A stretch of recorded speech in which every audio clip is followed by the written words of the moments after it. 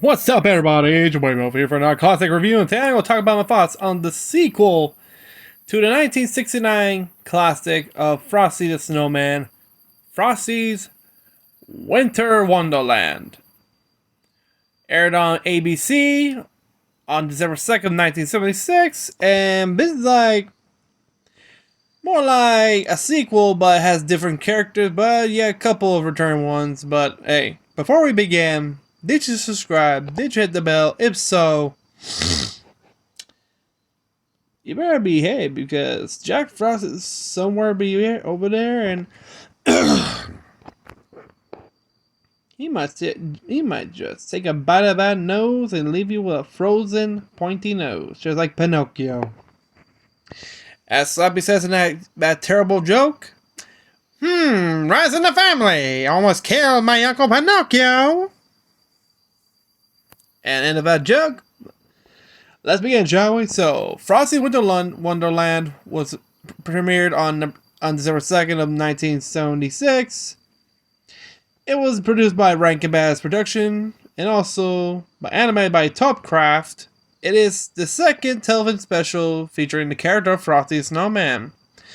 It returned of writer Romero Mueller, character designer Paul Coker Jr., composer Maury Laws, and actor Jackie Vernon as the voice of Frosty.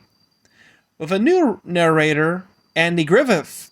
If you don't remember him, if you've seen the Andy Griffith show, he plays the titular sheriff along with Don Knotts' character of Barney, which replacing Jimmy Durante as the narrator, who had incapacitated by a stroke 3 years prior and retired from acting. We also have with the rest of the casting consisting of Shelley Winters, Dennis Day, and Paul Frees. Which is going to quite be interesting, shall we? As you know, where we have, it's like the same story, but this time, more different. This time, Frosty wants a woman. A wife. As you know, it's produced, directed by the two famed guys, Arthur Rankin Jr. and Jill Bass, including writer Romero Mueller. Like I said, it's based on the song by Steve Nilsson and Jack Rowlands, which, of course, the song Winter Wonderland by Dick Smith and Felix Bernard back in 1934. With the sound by John Curso, Donhan, Dave Evelyn, and Tom Clack. Animation by, of course, in Japan by Toruhara Sugiyuki Kubo. Key animation by Kazuyuki Kobayashi. And background design by Minoru Nishida. As a returning designer by Paul Coker Jr., who did the designs of the first one of Frosty as well. And music arranged and conducted by Marie Laws. And this is a different one because it has a new villain now, Jack Frost, voiced by Paul Frees. If you remember Jack Frost, I think he made he appeared 3 times actually, which of course is quite different. It's kind of weird. And this is the first appearance of Jack Frost in the Rankin Bass specials. His very first appearance, but remember, I think Paul Frees voiced him twice. Once, first time here in Frosty's Return, and second time in Rudolph and Frosty's Christmas in July. By the third one, which is third and final appearance, was his own special. Jack Frost was voiced by Lance, I believe. I can't remember because Paul Frees was voicing both Father Winter and Kubla Kraus, the villain of the special. We also have other characters like Shelley Winters as Crystal, or as credited as Mrs. Frosty, Frosty's wife. We also have Andy Griffith as the new narrator, since I recall the other narrator who previously narrated the special, Jackie Durante, had a stroke 3 years prior and retired from acting. Rest in peace. We have Dennis Day as Parson Brown and Snow Parson. Yeah, if you know what Parson is, it's like a priest, so yeah. We have Paul Frees as the Jack Frost, and also Return of the Traffic Cop. If you remember him, he's the one who stopped Frosty about to give him a ticket for trying to cross the road without looking in the first film special. I wonder if he managed to cough up that whistle he swallowed. We also have Shelley Hines as Elsie's brother. We have Manfred O'Lee as, well, child. Remember, we have Eric Stern as Child again, Barbara Jo Ewig as Elsie, and the Wee Wonder Singers as children. Excuse me. You see how they work with this? So yeah, let me explain to you the whole story. Just sit down, drink your hot chocolate, put some marshmallows on it. If you don't, I'm gonna send Krampus to whip your asses. But yeah, I'll tell you the story. Years after Frosty left for the North Pole, the children longed for Snowman's return after the first snowfall of the season. Meanwhile, at the North Pole, Frosty, who is equally lonesome for the children, hears of a snowfall, decides to return. The children are overjoyed when Frosty came back to play with them, but then Jack Frost, who is now the main villain in this special, sees the fun that the children are having fun with Frosty and becomes jealous of him because, remember, when he learns the origin of Frosty and his magic silk top hat which brought the snowman to life and placed on his head, Jack decides to steal it from Frosty so the children will love him more. But that night, while Frosty and the children are ice skating at the frozen pond, Jack unnotably and mistakenly captures a horse old top hat with his ability to blow the snowy wind, believing it to be Frosty's top hat. He disappears with it. However, Frosty became sad and lonely at the end of each day when the children go home for the night. At his friend's suggestion, Frosty decides to have a snow wife to keep him company. Which, well, yeah, because how long? Well, he's the only living snowman, of course. He can't have a human companion. That'd be awkward. Plus, he melts during the summer when the warm seasons come, so yeah. You gotta keep it in the freezer all day. You have to chop into pieces. Damn. That's like Texas Chainsaw Massacre. Christmas edition. Oh, yeah. So yeah. Of course, he helps the children build a Snow White for him, and they name her Crystal. But to their dismay, the group cannot find a way to bring Crystal to life. Late that night, Frosty presents Crystal with a bouquet of frost flowers. His gift of love brings her to life, and the two joyously frolic through the snow until Jack uses a gust of icy wind which blows Frosty's top hat off, turning him back to a lifeless state, and taunting Crystal that he is gone for good. To prove Jack wrong, she sculpts a corsage out of snow, places it on Frosty's chest, and gives him a kiss which immediately brings him back to life. Befuddled by his reanimation, Jack throws Frosty's top hat back on his head in disgust. Frosty and Crystal run through the town, announcing their wedding to the children. The children recruit Parson Brown, the local preacher, to marry them, but Brown cannot perform the ceremony as he can only marry humans. To ensure the wedding still takes place, he assists the children to build a snow parson. Yeah. Whom he brings to life with his Bible. When Jack decides to spoil the wedding with a blizzard, Frosty and Crystal decides to reason with him and ask him to be the best man at the wedding. Finally feeling appreciated and accepted, Jack agrees, and Frosty and Crystal are finally married. Frosty and Crystal and Jack have fun with the children. all winter, but they notice the weather is starting to grow warm again. Jack uses his power to extend the winter to allow Frosty and Crystal to stay, but when Parchment Brown warns them of the dangers of everlasting winter, the three realize they must return to the North Pole.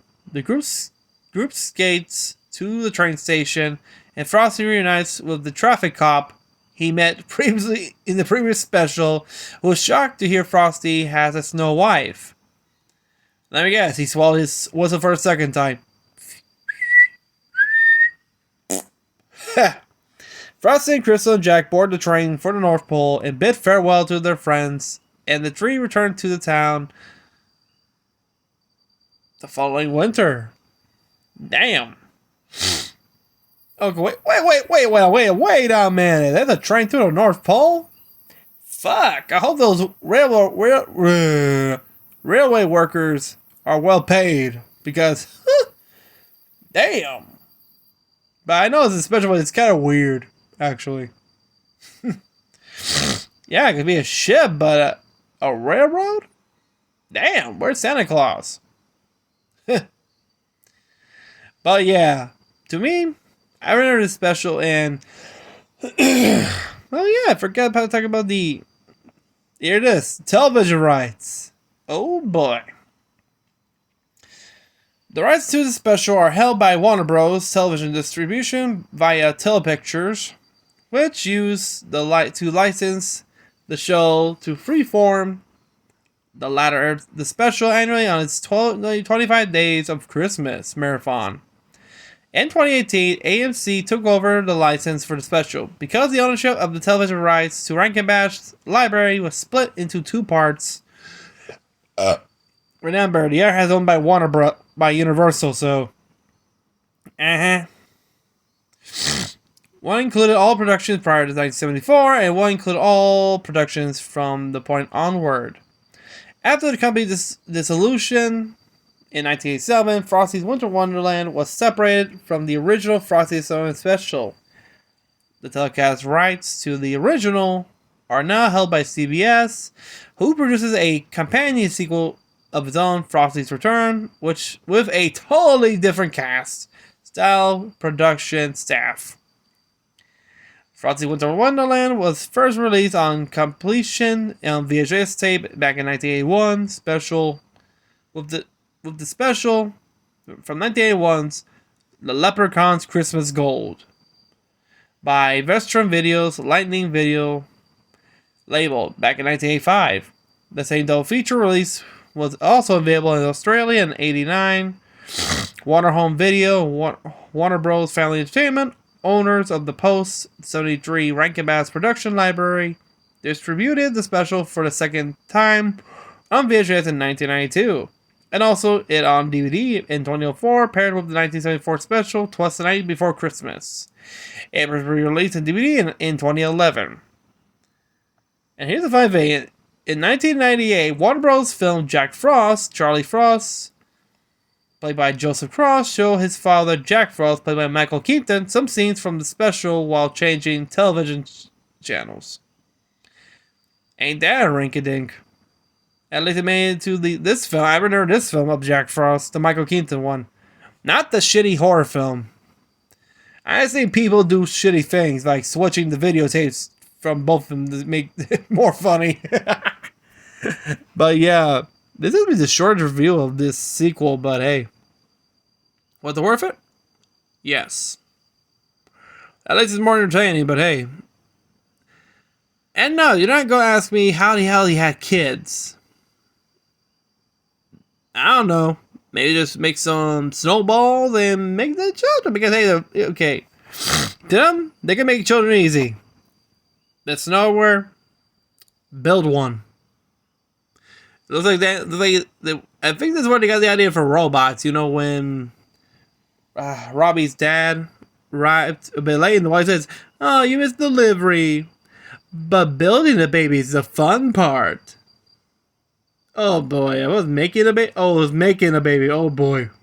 But I've seen reviews of people talking about the other one, Frosty and Rudolph's Christmas in July, which meant when we meet the kids, Which, of course, they did mention a name, which it caught me by surprise. Aunt Lily. Which all of us were going, wait. Only two people I know has that name.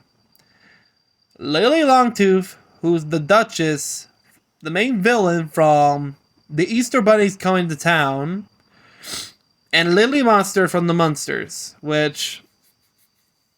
what would make more sense? I don't know. You tell me in the comments down below. Which one makes more sense? Lily Monster or the Duchess Lily Longtooth from The Easter Bunny's Coming to Town? Oh, I'm gonna talk to those two. The Easter Bunny Coming to Town and Peter Cottontail in April. I'll be talking to those two specials, so yeah. And it's our sequel. Oh boy. But yeah. What do you think of Frosty's return? Frosty's Winter Wonderland? Did you like it? Have you seen it on when it was on TV? Did you own the VHS or DVD? Because they never mentioned it released on Blu-ray, so I think you only find it on DVD or VHS if you're lucky. Along with the double, it came with the Leprechaun's Christmas Gold. But yeah, let me know what you think of Frosty's Winter Wonderland. This came out in 1976. And yeah. And this is the first appearance of Jack Frost, as you recall. He appeared 3 times. This one, he had a shorter role in the ending of Rudolph Frosty's Christmas in July, and his own special, which is his final appearance, Jack Frost, which came out in I think it came out the same year as Rudolph Frosty's Christmas in July, the same year. Right there, 1979, I believe. But yeah, let me know what you think on the comments down below of Frosty's Winter Wonderland. Did you like this special when you were young? Have you seen it in reruns on television maybe from ABC or now with AMC? AMC or... let me see. AMC... yeah, AMC. Okay, I was right. But yeah, let me know what you think. And if you're new to the channel, remember to subscribe, hit the bell, like this video.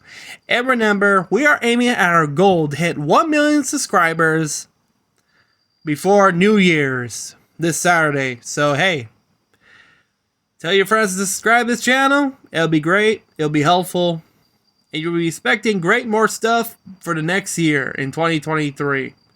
But until then, have a great day, everybody. Stay warm. Stay cool. I'll see you next time. Peace.